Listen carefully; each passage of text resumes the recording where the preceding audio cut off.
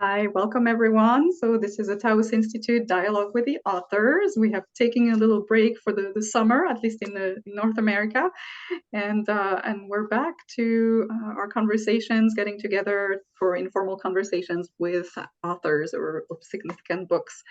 I will just say a word about the Taos Institute. We are an educational nonprofit organization, and we promote social constructionist, relational, and appreciative ideas and practices around the world and across industries.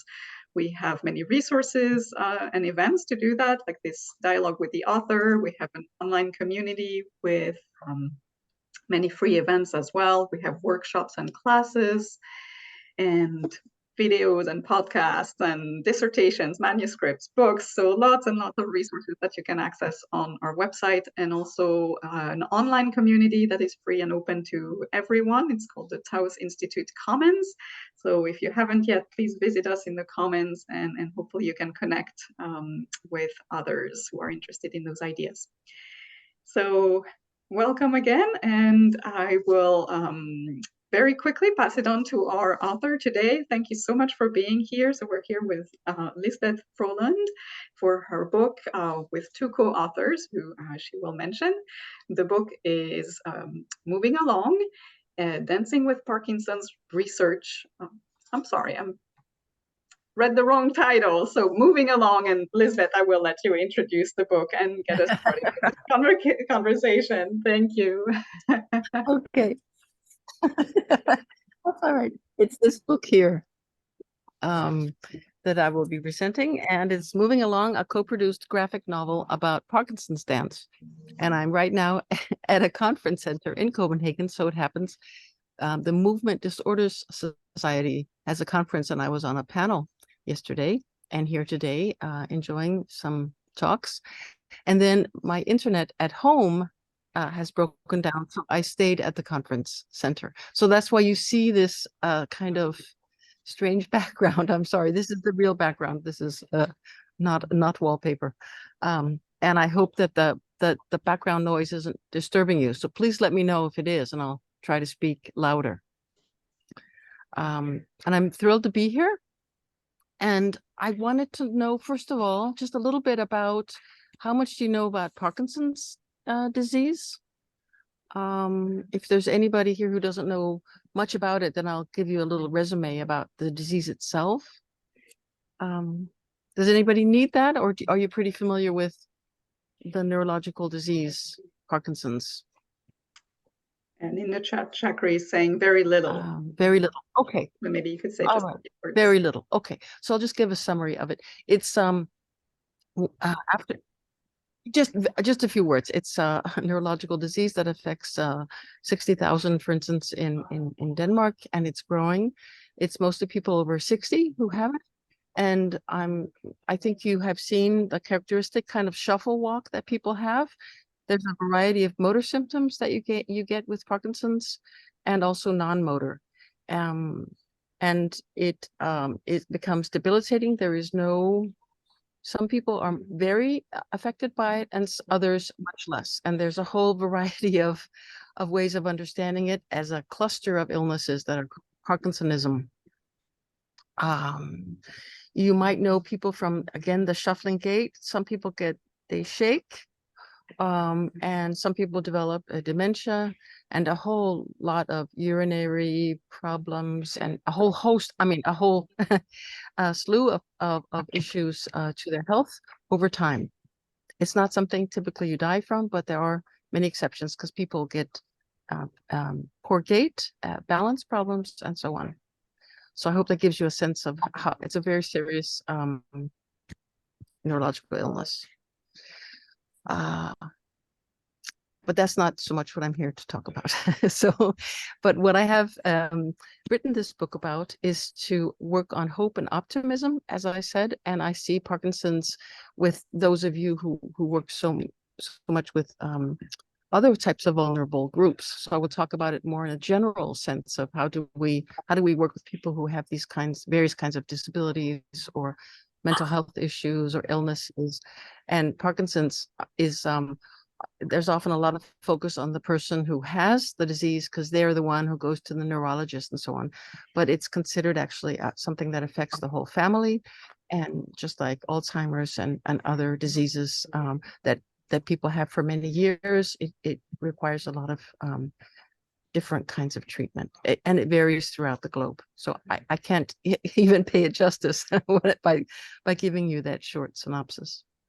But I thought what would be an interesting angle on the book, which is an outcome of a research project that lasted over 3 years, is to talk with you also about research communication, how we might make it more accessible, and how we work with social construction and dialogic theories as a way to also do outreach and to bring research back to the people that we're actually researching.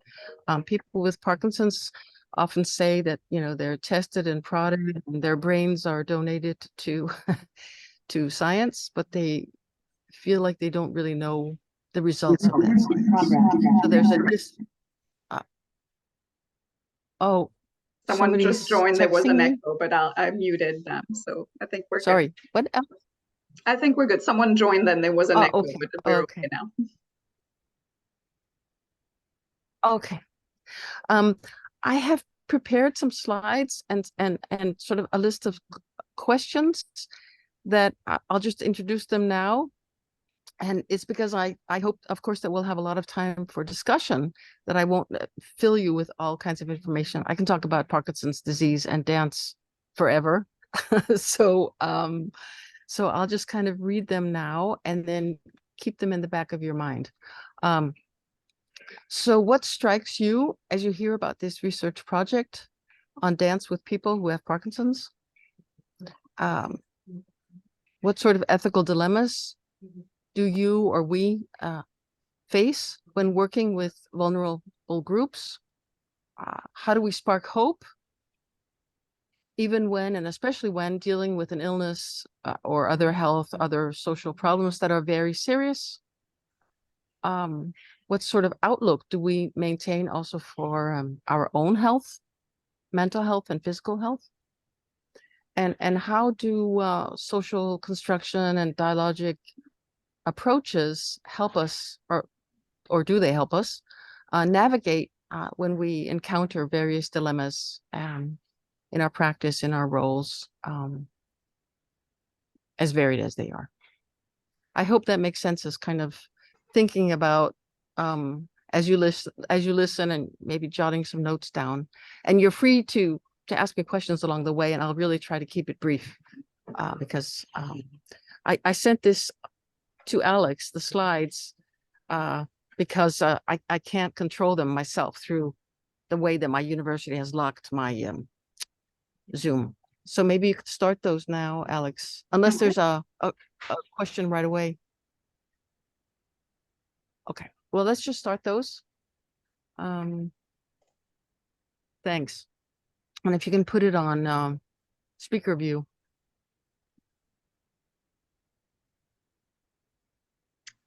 Is this working? Oh, it looks like I can. It looks like I can control it. Wonderful. Is that okay? I hope that's working okay. Yeah. A little bit about me. I'm associate professor.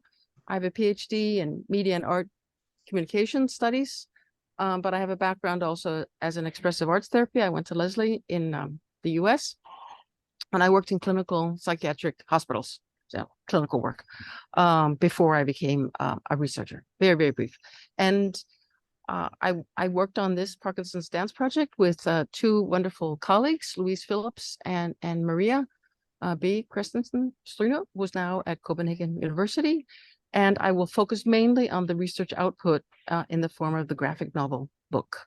And these are our partners that are listed below here. If you can see the logos, it's the Danish Parkinson's Association, Tivoli, which has a ballet school where they teach dance for PD, but we also work with other dance groups. And then my university, which is RUC, and then it was supported by the Velux Foundation. It's not letting me control it, Alex. Okay, I'll move it. So, oh, wait. Maybe okay, I see a different place to do it. I'll try next time. Okay. Anyway, the main question that I put forth in on the TAU's website was how hope can be shared and how that can be exemplified. And that's more of a focus on this particular book and what we were trying to do with people who have Parkinson's, to not write about them, but also write with them. So I think it brings up these larger relational, ethical, moral, and lots of practical questions when you try to co-produce something and want to make it more hopeful, because that's what people also are asking for. Because of course we're dealing with grief and despair, and we don't want to be in denial of these serious problems, but also creating hope in the community.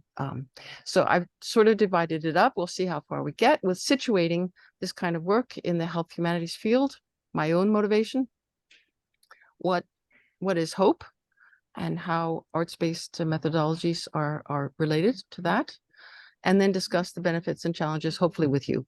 So I'll just skip through it. Let me see if this works. No, I still can't control them. Okay, and Jerry had a question. Okay. Oh, yes. Yeah, question. What Speak led up, you please. into this type of research? Yeah. Was there personal components? Yes, absolutely. I'll get to that in one sec. So Okay. I'm drawing on various traditions with my colleagues, literature and arts. I think you all will know these, narrative, dialogic theory, critical disability studies, very much this, Gergen's work, especially on grief, and participatory health communication. And this whole field is fragmented and is called all kinds of things.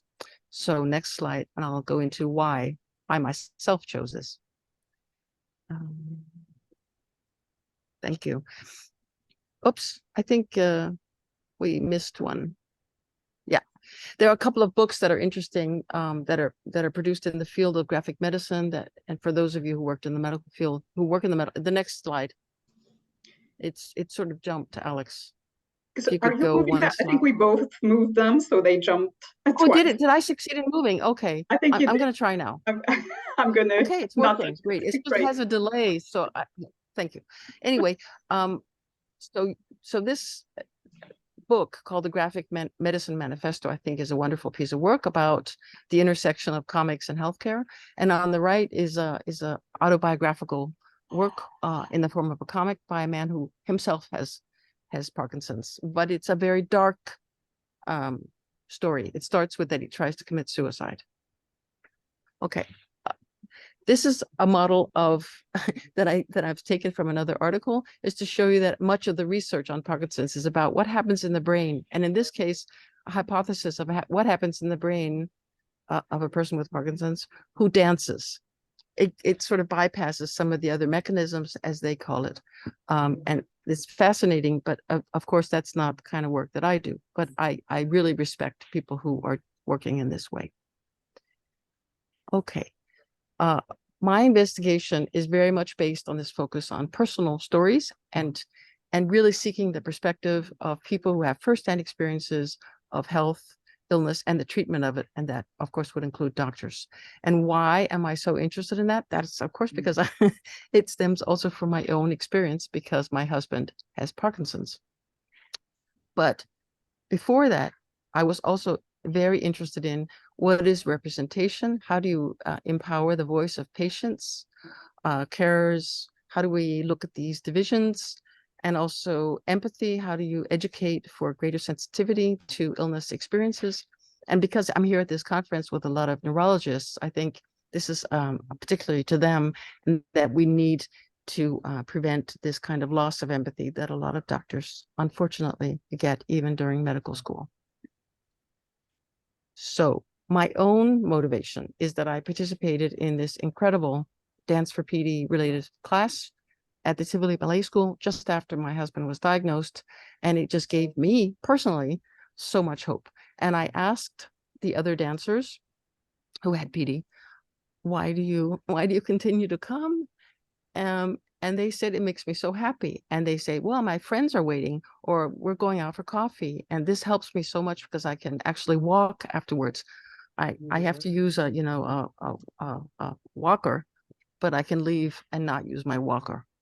But throughout the research design process and making it, we wanted to include lots of people who had experience. So the dance facilitators and of course the people with PD. And that created for me these multiple roles that I really find very exhausting, actually. I'm getting used to them now, but being a researcher and being a caregiver and fluctuating back and forth during these years meant that I had this insider knowledge and that I really needed a lot of, you could say, extra supervision. And it gives me these ethical aspects that I also kind of know a lot about the illness and the degeneration that I'm seeing. I'm able to, I think, understand in a different way than my colleagues were. But it also meant that I could build up trust, perhaps, in a different way, because people knew me as part of the community. It's kind of, we're sort of this weird,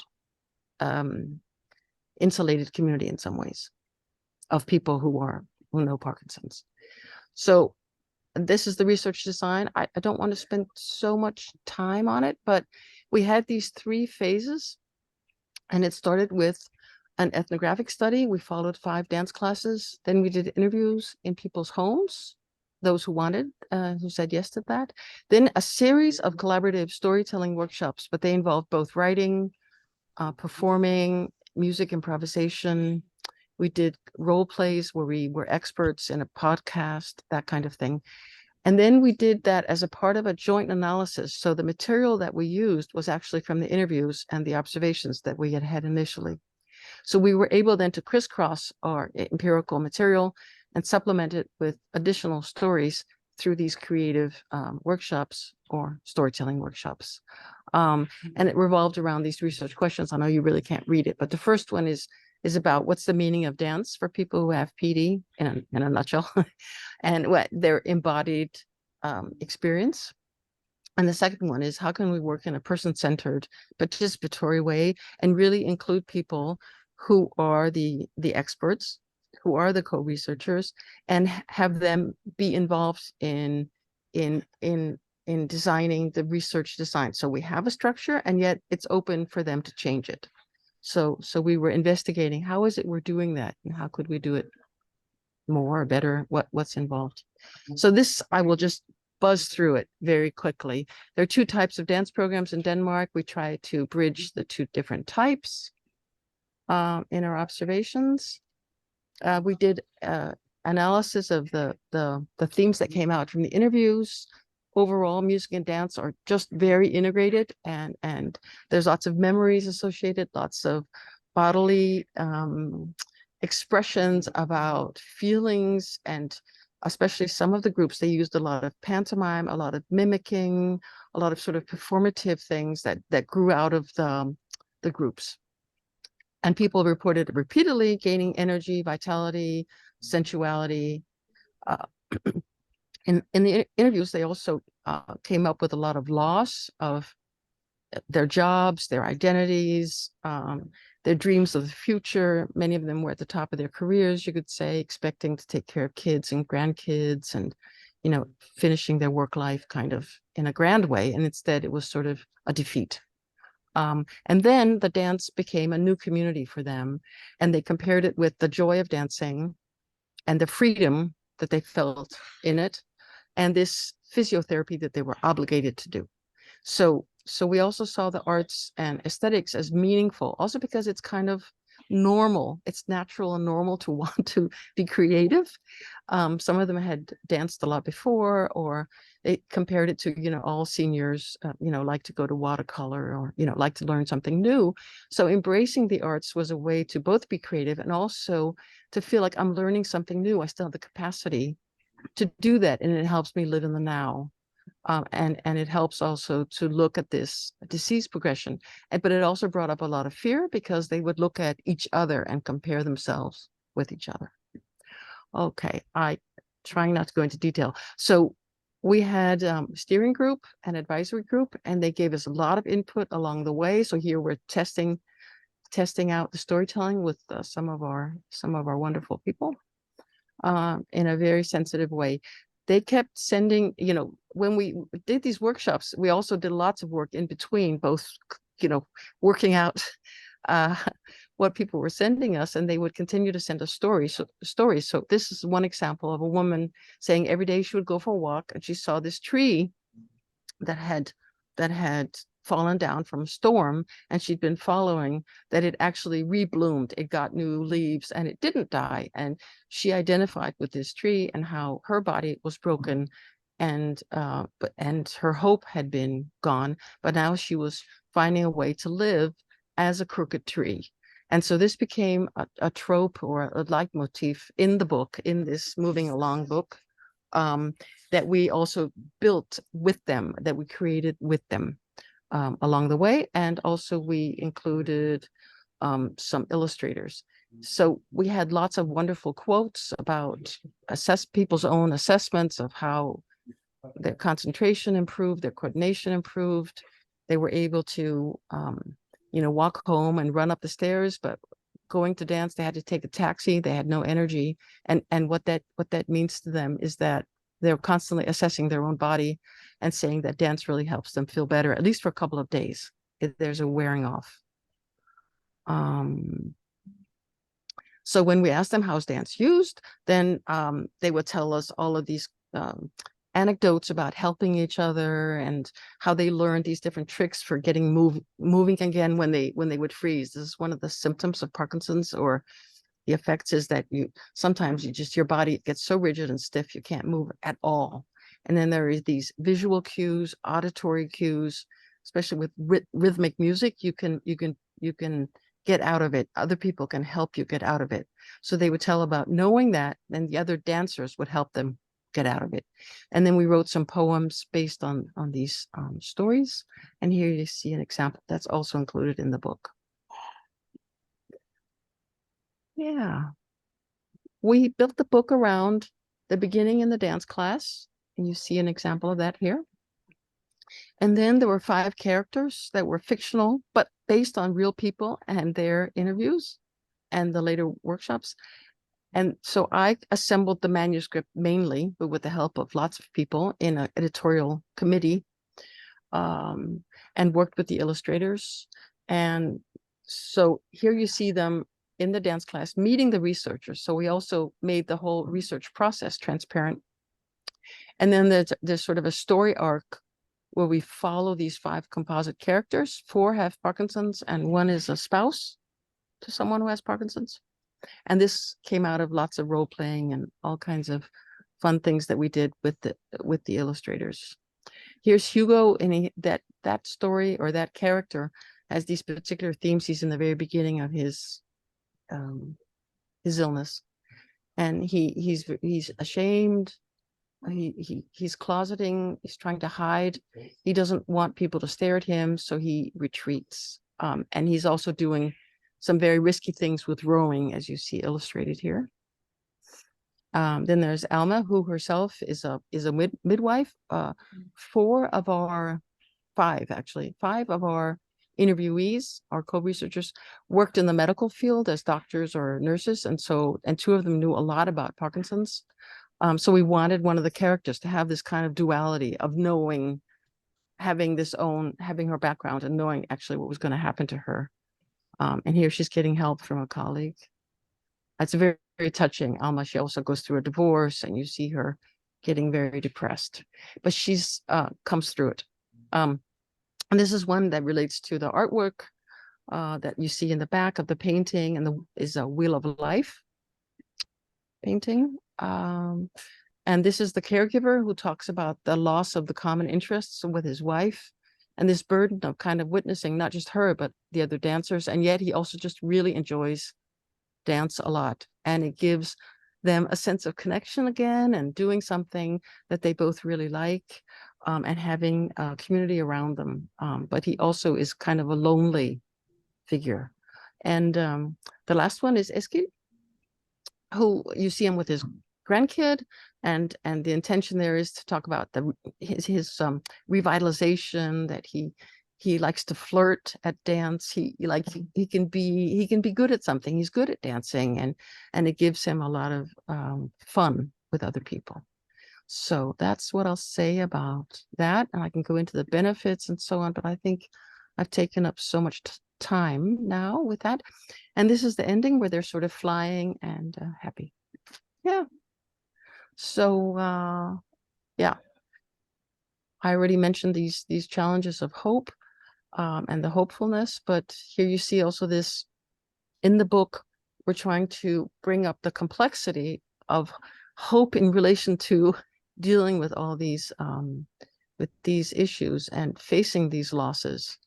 Because one of the things that actually happens a great deal in practice and in medical practice is that doctors, frankly, they have trouble talking about the feelings that people go through Parkinson's. So I'm interested in what you say, and I will end it there.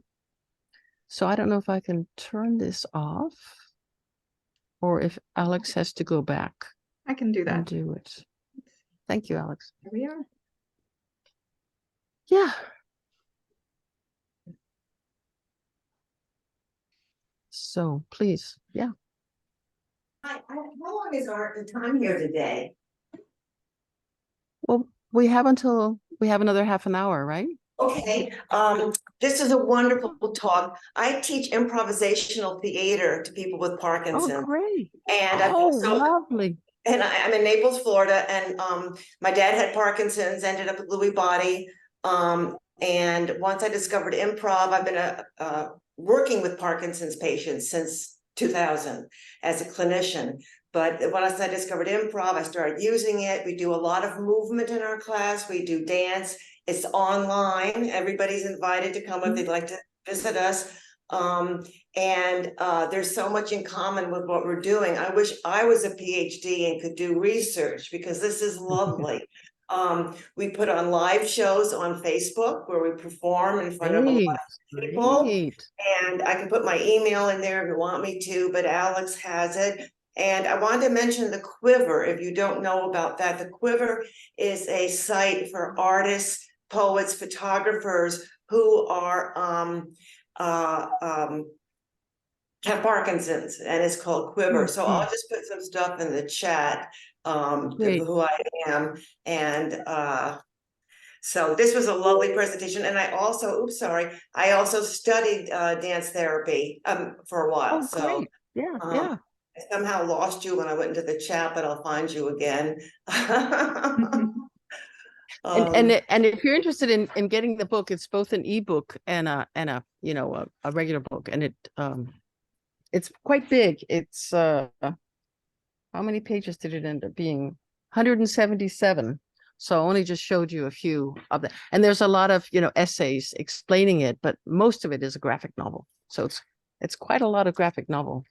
That's wonderful. I've lost my screen somehow with you on it, but I'm still here. I don't know what happened to it. I'll get back on somehow. But I'm very, I love this so much. It was, oh, here we go. I'll put some stuff in the chat. So wonderful. I'm going to just put my email in the chat maybe. Great. Okay. So Jerry has his hand up, and then Arlene also. Hey, Elizabeth, great talk, great presentation. I am a retired professor from the University of Georgia, and also am 70 years old and have some tremors, and sometimes I wonder if I have Parkinson's, but so far I don't. So that's one of my interests in coming here. But I'm going to speak to some of the things from my former life as an academic. And I don't know if you're familiar with the term performance science. It's a way that developed in the 90s about putting science into theater or arts, music. Right. Poetry, we call it performance studies. We actually used to have that as a major at my university. Good. Yeah.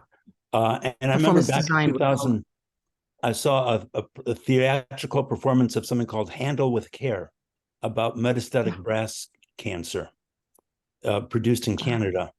And it was done for doctors, healthcare providers, and family members who had where somebody had metastatic breast cancer, because there's so much stigma. Going back to your question about why discursive actions matter in this, is people often don't talk and they hide or they're ashamed, and providing this type of avenue is a way to give people voice, both at the medical level and the family level.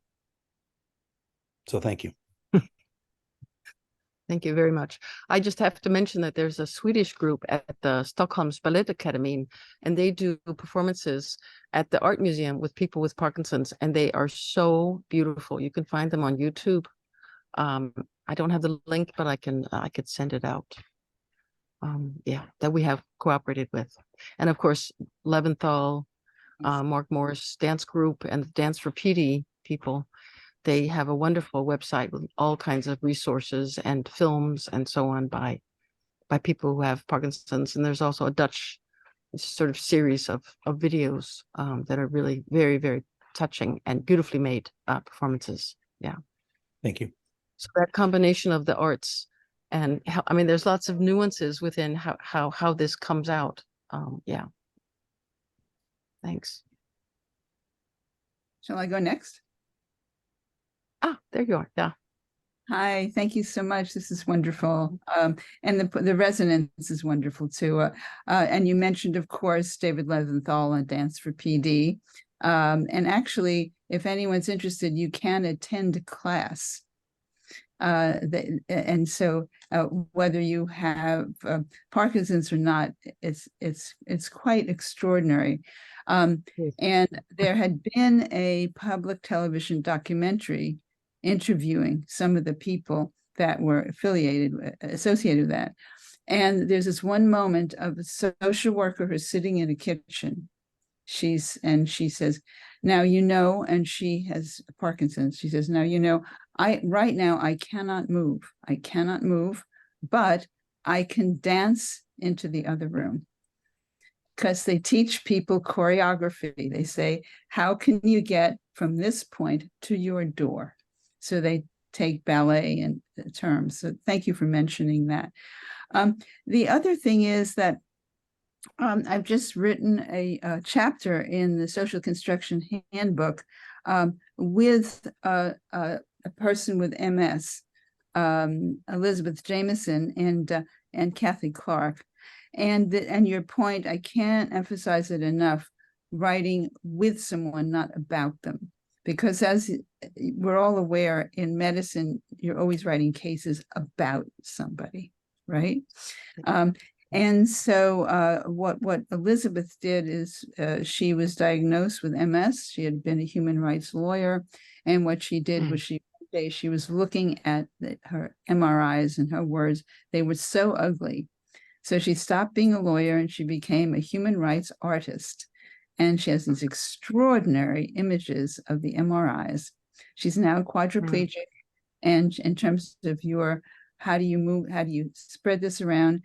She has done lectures in medical schools. And it's Elizabeth, and I'm sure Alex can send you the chapter. I can, if anyone's interested. Yeah, I'd love to see it. Yeah, yeah. But it's interesting you say it, because I'm interested in representation of illness in all kinds of ways, including imaging technologies. That's my new thing. I'm also a visual artist, and that's part of my background. That's my original place. And so now I've become so fascinated by these images, these scans of our brains and what they look like, and they look like the heavens. I mean, they're I mean, I want them to maybe to be something else than what they are, but it's really fascinating on a cellular level, you know, our mitochondria, the different areas of the brain. And we have an area of the brain that's all blue. It's called the blue spot. And so I'm doing images of brains. Yeah. Well, So I think maybe that comes with the territory that there are, and it's part of the fascination, I think, that. Oh, you just froze. I think it froze. Yeah, you froze, Lisbeth.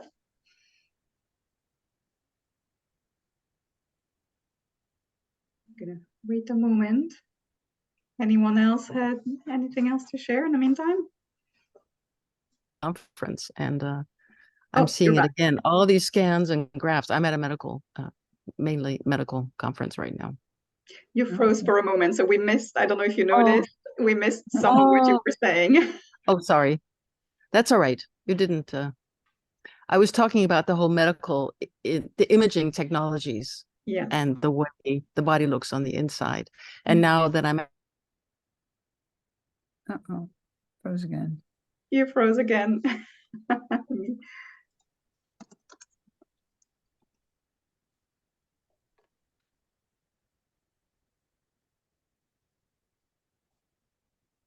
Hi, Elena. Thanks for joining.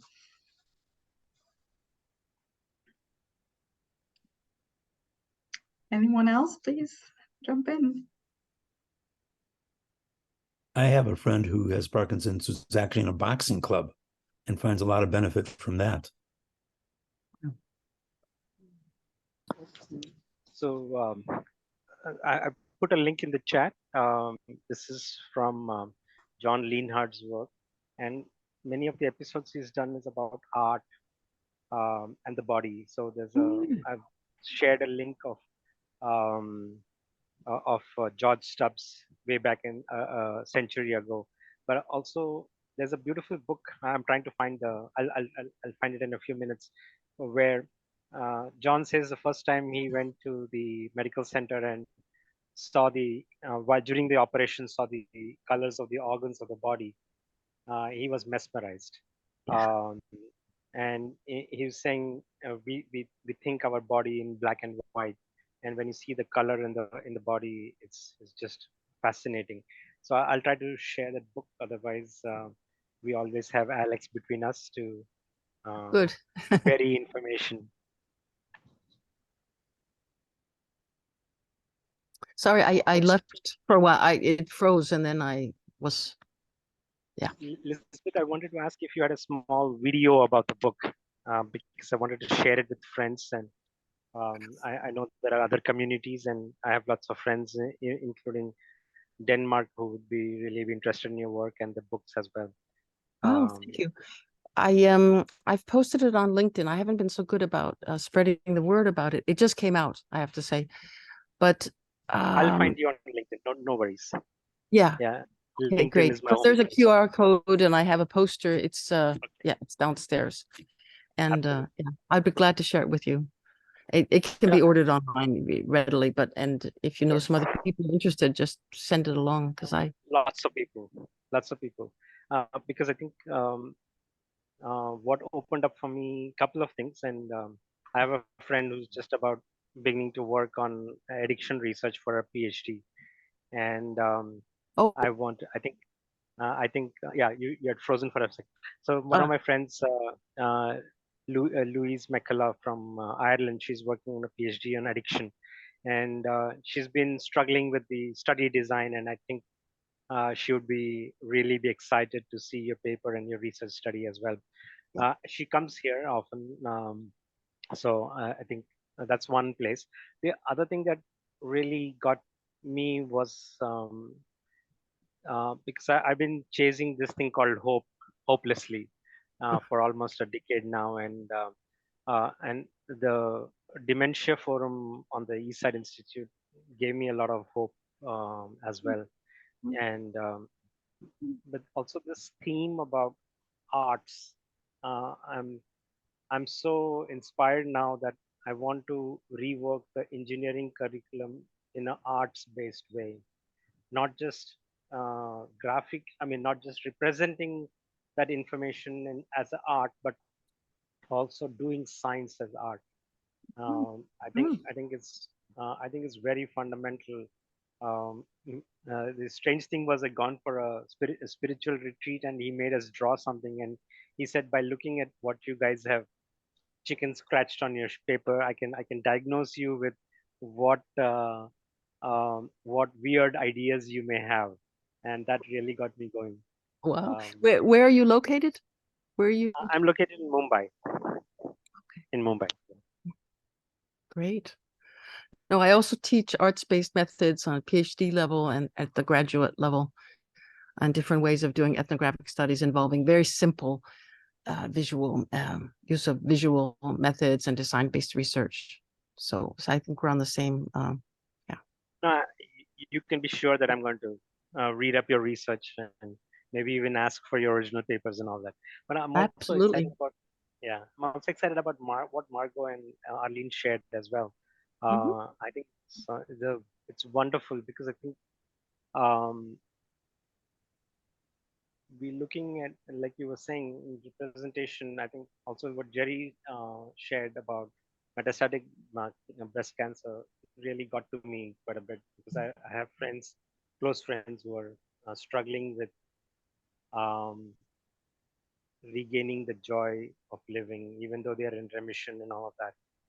Yes. So I think some of these resources, I think we can maybe list it off.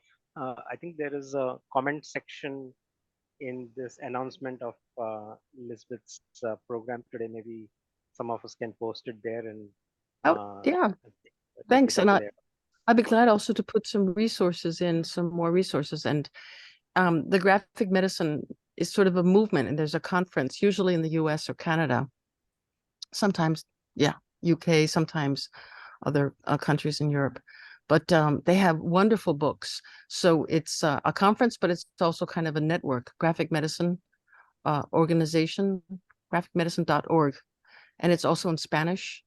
And they have some great books there about all kinds of health topics based on personal stories. So autobiographical, and, yeah, that's a good place to look for other people's comics-oriented artsy books. So Elizabeth, just want to ask whether you've had a chance to share this with David Leventhal. He'd love it. Yes, we have. And David has been so kind to actually come to Copenhagen and teach. And as part of we had an internal seminar for all the people involved, where he did training for us as part of our project. And then also we did a big conference at the end. And then I was just at the World Parkinson's Congress, and David was there. So it was wonderful to see him again. And yeah. He comes to the Tivoli Ballet School, and he's taught the people there, who themselves are ballet dancers. Most of the teachers in the Dance for PD program have a professional dance background. And as they say, they're very good at knowing the frailty of bodies, and how you perform and how you help people who have damaged also in some ways their bodies, or sprained an ankle and all that kind of thing. And they also look at it as at the Tivoli Ballet School as a way to train their own teachers to be prepared for the time when they won't be able to be performers, and then will be able to be dance instructors or something along those lines. So they've had dance for PD classes there for quite a few years by now, actually. Yeah, he gave a workshop for us at Harvard Medical School to introduce some of this stuff. He's a lovely, lovely guy. He's unbelievably gracious. So elegant, and he just has an ability to capture a whole crowd. I mean, yeah, I respect him highly. Yeah. Thank you again. Yeah. I wanted to second that on David. I also do podcasts with various people, therapists and artists, and he's wonderful. And I want to get back to your research, because again, it was so elegant. And if anybody knows anybody that would be interested in working with me and my group, because some of my folks have been with me for 4 or 5 years now, and some have passed away, of course. We've had people with PSP and MSA and other things. But I'm really available if anybody's interested at all to do some kind of project. I don't know what's on your, I know you're doing dance and movement, we incorporate that, but it's other things as well. But I'm just so impressed with your work. I'm so glad I was here today. And I've got a new puppy, so he keeps taking my attention. Thanks.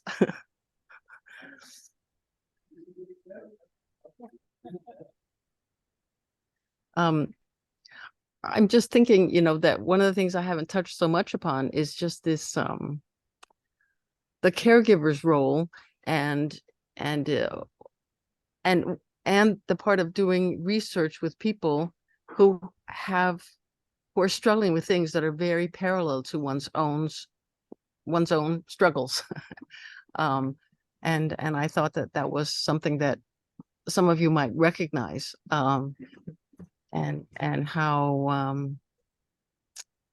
how to manage not knowing when you need to sort of draw back and not get so involved. I mean, I think part of this activism that I know we share in Taos, it's, one of the foundations. It's like, how do we take care of ourselves? It's one of these things that people always say to you when you're a caregiver. Oh, remember to take care of yourself. And it's like, I just don't.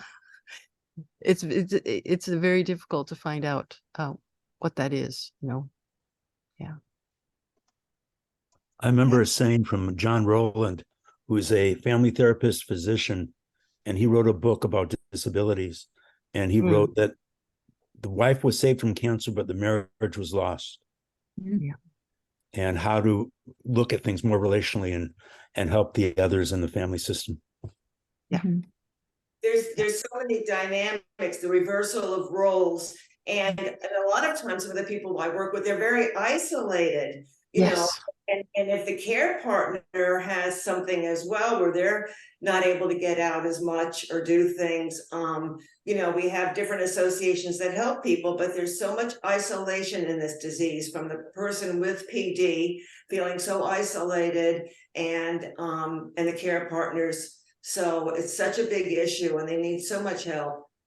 And I think that's where dance and music really can assist, because you are, of course, communicating, and you're doing it through your body, and you get to flirt, you get to have fun and laugh. And then for some people, they report also that it speeds them up, so they come back to their usual way also in terms of their speech, because their voice is often affected, so they get a hoarse voice, or they have trouble even speaking. And what happens in conversation is that they have a lag time. So, and some of them, of course, also have to think about what they're going to say. So by that time, the conversation has gone on to another topic. And so they feel very left out. And then because they also they have a Parkinson's mask, some of them, as you know, so they don't seem to be reacting to you. And we are so used to these little movements where we nod and we, do blink our eyes and smile. And so when we don't get that feedback from the other, because they have Parkinson's, then it looks like they're disinterested. And of course, that creates an incredible gap and a loneliness, both for the person who has the Parkinson's, but certainly also for the other people around, because they're trying to include them. Or if you're sitting at a dinner, they get overwhelmed and they don't participate. And so there's lots of reasons why people isolate, because it's just too exhausting. And they can't, they can't follow it. And so dance in that way can be a relief for a lot of them. And we do a lot of work with expression emotions. We do a lot of work with changing our facial expressions and making movements, and take as much time as people need to speak, giving it absolutely going very slowly. And it's just miraculous sometimes, I think. And your work is beautiful. Yeah. But good dance instructors are the ones that I think are good. They talk about this, figuring out what people need, and that sometimes that involves singing and, doing rituals, doing things where the stories that are in the songs already, they're unfolding them, or they'll be building up certain choreographies. So everybody is contributing a piece of a dance that they're developing, and they change it a little bit. And that also means if the person who has that dance step isn't there, then they'll say, okay, well, we have to include what Mark would do, because even though Mark's not here, then we're kind of remembering Mark, and then they'll do the dance every time at the end or whatever.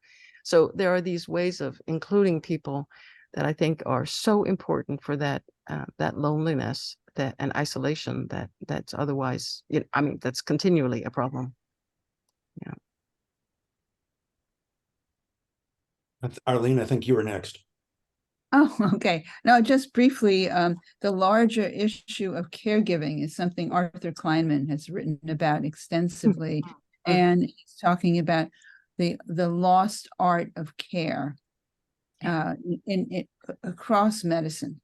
And it's in the Lancet, and you can Google it very easily. And because it's not only the person with Parkinson's or other illnesses, but the caregiver is isolated because they're not getting any support either. Yeah. And there's a term that I've encountered that I think for all caregivers, family caregivers, and the people who are the staff, that is therapeutic lying. Have you heard of that? I have lots of dilemmas about it, but it's that sometimes to protect the person, you learn also, especially when people have dementia, just to not argue with them, not to counter what they're perceiving, and not to debate with them. You kind of let it slide, and sometimes you let it slide in a way that you feel like you're lying. Yeah. But you don't want to keep saying, Mary was just here yesterday. No, they don't remember that Mary was here, but you say, oh, well, we'll call her, it's like, but there are all these kinds of dilemmas as a caregiver that create a lot of pressure, because you do feel like you're sort of pretending. That's right. That's right. And the medical profession, by and large, doesn't look at care. Yeah. Well, that's too broad a generalization, but needs to bring that That in. That really troubles me. And I think the slide where I had the representation and empathy, I think you're touching upon this empathy and this risk of, if you don't have an empathy, that this is all part of, being human, and that in some way we are just trying to respect each other and be in it together. And of course, the doctor knows a lot more than the patient, but that should be the way that we meet in caring for the other who's weaker. Back to what Jerry was referring to as relationality, emphasizing. Yeah. And without infantilizing them, which also happens. Yeah. I want to go back. I have a question, but I want to echo Arlene's comment about Art Klein. I spaced his name there, but his work is very important. And I also want to mention, going back to improv and Margot, yes, and particularly with people with dementia, is you accept the reality wherever it's at, and you engage with them where they are. But my question is this about cultural differences, and I'm curious, Isabeth, if you notice cultural differences between different countries and nationalities. I would love to hear your all comments on that. But I mean, I'm both Danish and American, but I've worked with different parts of the healthcare system. But I think in Denmark, because we have a social welfare system, we have an expectation of good quality care, and we don't always get it. And I talked yesterday with some people from Chile who after my presentation, and they mentioned something I think is a way forward. And we don't have this in Denmark. And I thought, wow, they have it in Chile. An interdisciplinary sort of day hospital where people who have Parkinson's can come, and others with movement disorders can come and get care that is tailored to their needs. And also they have other kinds of, they offer a variety of activities, and they also have a you could say transdisciplinary group around that person. So right now in Copenhagen, where I live, until you end up in a nursing home, if you do that, you have to go, all kinds of places all over the town, all over the city, to get different kinds of training and care, and doctors. And it would be, and it's such a toil to get people out the door, to organize it, to coordinate the schedule and everything. So I think maybe there's some other countries that know that what people need is to be sort of embraced by care, and to be offered activities that can really help them, and that families can feel like, okay, well, when I leave this person here, somebody is taking care of them. They're not going to want them. Is open dialogue taught where you are, represented, available? Is open dialogue, like say Kula's open dialogue? Some people are practicing it, but I don't know exactly exactly where. I mean, there's Danish, Finnish. I know there are lots of practitioners. I'm just thinking it's often with psychosis, but to expand it to other health issues could be a benefit. Now, I know when I was in Karolinska,